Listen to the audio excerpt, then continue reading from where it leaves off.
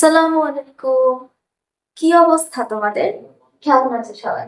আচ্ছা, তোমাদের অনেকেই মেসেজ দিচ্ছ আপু পরিসংখ্যানের ক্লাস দিন। আমার সত্যি বলতে ইচ্ছা ছিল না পরিসংখ্যানের ক্লাস দেওয়ার, বাট তোমরা যেহেতু চাচ্ছ যে আপু পরিসংখ্যানের ক্লাসটা প্লিজ দিন, তো আমি এই জন্যই তোমাদের জন্য দেখো টপিকস গুলো বিশ্লেষণ করছি যে পরিসংখ্যানে কোন কোন টপিকস আছে। যদিও আমি জানি যে তোমরা সবাই জানো, তারপরেও আর কি দিলাম। আচ্ছা, সারণী থেকে মধ্যক, সারণী থেকে প্রচুরক, সংক্ষিপ্ত সংক্ষিপ্ত গড় আর গাণিতিক গড় দুইটা, আরেকটা আয়তলেখ, গণসংখ্যা, বহুভুজ, আরেকটা অজীব রেখা। আচ্ছা, তো কোন কোন টপিকস গুলা পড়লে কি কেটে দেখো যে এটা কিন্তু বলে দেওয়াই চাই যে কি আসবে, সবাই পারে, তোমরাও জানো। আচ্ছা, মধ্য, প্রচুরক, গাণিতিক গড় আর সংক্ষিপ্ত পদ্ধতিতে গড়, এই চারটা টপিকস করলে, যেহেতু গড়ে দুইটা দুইটা গড় শিখতে হয়, এই চারটা টপিকস করলে খ নাম্বার বা ক নাম্বার মানে 4 মার্কস, 4 না 8 মার্কস ইনশোর করা যায়। কারণ তোমার দুইটা সিকিউ আসে জানো, তোমরা যদি তোমরা দুইটা করতে পারো মানে করতে চাও, তাহলে 8 মার্কস কমন।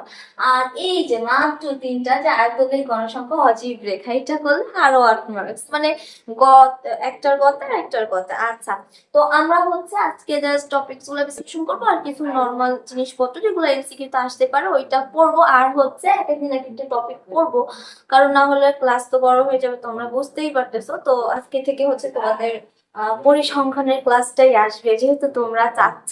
ওকে, তো টপিকস গুলো বিশ্লেষণ করা শেষ। এখন আমরা কি করব জানো? এখন আমরা কিছু এমসিকিউ আসে, যেরকম তোমরা পড়ো না, আমি জানি যে তোমরা এটা পড়ো না, যে বিচ্ছিন্ন চলক কাকে বলে, চলক কাকে বলে বল, উপাত্ত সমূহে যেটা ব্যবহৃত হয়, সংখ্যা সমূহ কি কি বলে, চলক বলে না? আচ্ছা, মুছে দিলাম। আচ্ছা, চলক, এবার চলকটা আসে না, আসে তোমার এমসিকিউ তো আসতে পারে যে বিচ্ছিন্ন চলক কাকে বলে, বিচ্ছিন্ন চলকটা কি বলো। বিচ্ছিন্ন চলকটা আচ্ছা লিখি, বিচ্ছিন্ন চলক, বিচ্ছিন্ন চলক। ওকে, বিচ্ছিন্ন হয়ে যাচ্ছে হাতের লেখা। বিচ্ছিন্ন চলকটা তোমার পূর্ণ সংখ্যা। কেমন? আচ্ছা, আমি সংজ্ঞা তো আর আসবে না, এমসিকিউ তে আসবে যে বিচ্ছিন্ন চলকটা কি। বিচ্ছিন্ন চলকটা তোমার যৌন সংখ্যা, মানে বিচ্ছিন্ন চলকটা কি তোমার চলকের ব্যাপারে যেটা তোমার পূর্ণ সংখ্যা। জনসংখ্যা কি তোমার হতে পারে যে 3.5 মানুষ? হতে তো পারে না। তুমি কি পারবা যে একটা মানুষকে পারবা কি করবা, একটা মানুষকে ভাগ করবা, একটা মানুষকে ভাগ করে বলবা যে 3.5টা মানুষ আছে। ওকে, মজা করলাম। আচ্ছা, জনসংখ্যা বিচ্ছিন্ন চলক, অন্য কিছু হতে পারবে না, মানে তোমার পূর্ণ সংখ্যা হতে হবে বিচ্ছিন্ন চলক। আর অবিচ্ছিন্ন চলকটা কি? অবিচ্ছিন্ন চলকটা তোমার যে কোনো, আচ্ছা লিখিনি আগে, অবিচ্ছিন্ন চলক, আচ্ছা বানান লোটপালট হতে পারে। ওকে, অবিচ্ছিন্ন চলক তোমার যে কোনো বাস্তব সংখ্যা হতে পারে, চলকে ব্যবহৃত যে কোনো বাস্তব সংখ্যা। যেরকম কি হতে পারে বলো? উচ্চতা, উচ্চতা কি হতে পারে যে 5.3, 4.8 এরকম হতে পারে বলো উচ্চতা। তারপরে আর কি হতে পারে? ওজন হতে পারে বলো। এবং আমার ওজন 43 কেজি বা 43.5 কেজি, এরকম বলতে পারি না যে 43.2 কেজি, 50.5 কেজি। আচ্ছা, ওজন হলো, উচ্চতা হলো, আর কি হতে পারে বলো? ওজন, উচ্চতা, বয়স, বয়স কি হতে পারে? বয়স আমার, মানে তোমাদের বয়স কত? তোমাদের বয়স 16-17 এরকমই তো হবে, তাই না? 15, 16, 17 বা 16.5 এরকম। আচ্ছা, তো বিচ্ছিন্ন চলক, অবিচ্ছিন্ন চলক বুঝলাম, জান। এটা কিন্তু তোমার এমসিকিউ তে আসবে দেখে পড়াচ্ছি, তোমরা অনেকে স্কিপ করে যাও, তোমরা যেহেতু ম্যাথই করতে থাকো, কিন্তু এগুলা কিন্তু এমসিকিউ তে আসে। তারপরে কি হয়, 1 মার্কস মিস হয়ে যায় না? এটা তো খুবই ইজি একটা জিনিস। এখন যদি তোমরা না জানো ইজি জিনিস কিভাবে পারবো বলো? না জানলে তো সবই কঠিন লাগে। ওকে, আরেকটা জিনিস যেটা এমসিকিউ তে তো আসতে পারে, কিন্তু ক নাম্বারে কি তোমাদের 2 মার্কস না সৃজনশীলে ক নাম্বারেও চলে আসতে পারে, কি সেটা তোমার কেন্দ্রীয় প্রবণতা। কেন্দ্রীয় প্রবণতা কিন্তু খুবই ইজি, কিন্তু মানে না পড়ে গেলে আর কি ইজি লাগে বলো? কেন্দ্রীয় প্রবণতা কি? চলক সময়ের কেন্দ্রের দিকে পুঞ্জীবিত হওয়াকে কি বলা হয়?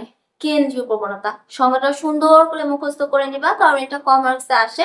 আমি তোমাদের জাস্ট বুঝালাম যে কেন্দ্রের দিকে পুঞ্জীভূত হওয়ার প্রবণতাকে কেন্দ্রীয় প্রবণতা বলে। সুন্দর মতো সংজ্ঞা আছে বইতে, তোমরা মুখস্থ করবা।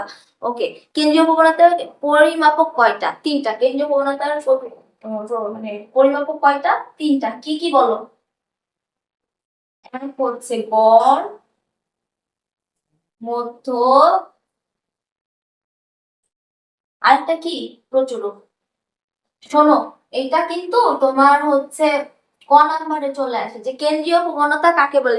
এখন কেন্দ্রীয় প্রবণতার সংজ্ঞাটা তুমি জানলা, কিন্তু পরিমাপক দিলাম, তাহলে কিন্তু 2 মার্কস পাবে না। কেন্দ্রীয় প্রবণতার সংজ্ঞা দিয়ে তোমার লিখতে হবে যে কেন্দ্রীয় প্রবণতার হচ্ছে পরিমাপক তিনটা: গড়, মধ্য, প্রচুরক। আচ্ছা, তোমাদের আমি যখন হচ্ছে গড়, মধ্য, প্রচুরক করাবো, তখন আমি একটা সারণ দিয়ে দেখাবো, তখন দেখবা যে তাদের আনসার গুলো প্রায় হচ্ছে একই, মানে আশপাশ দিয়ে যাচ্ছে।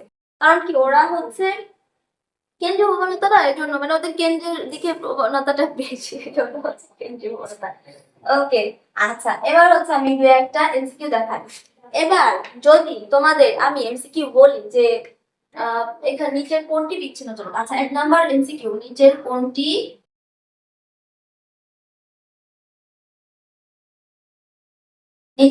বিচ্ছিন্ন চলক? কি দিবা বলো? বিচ্ছিন্ন চলক।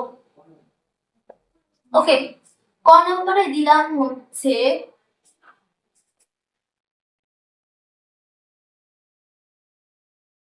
বয়স, উচ্চতা, ওজন,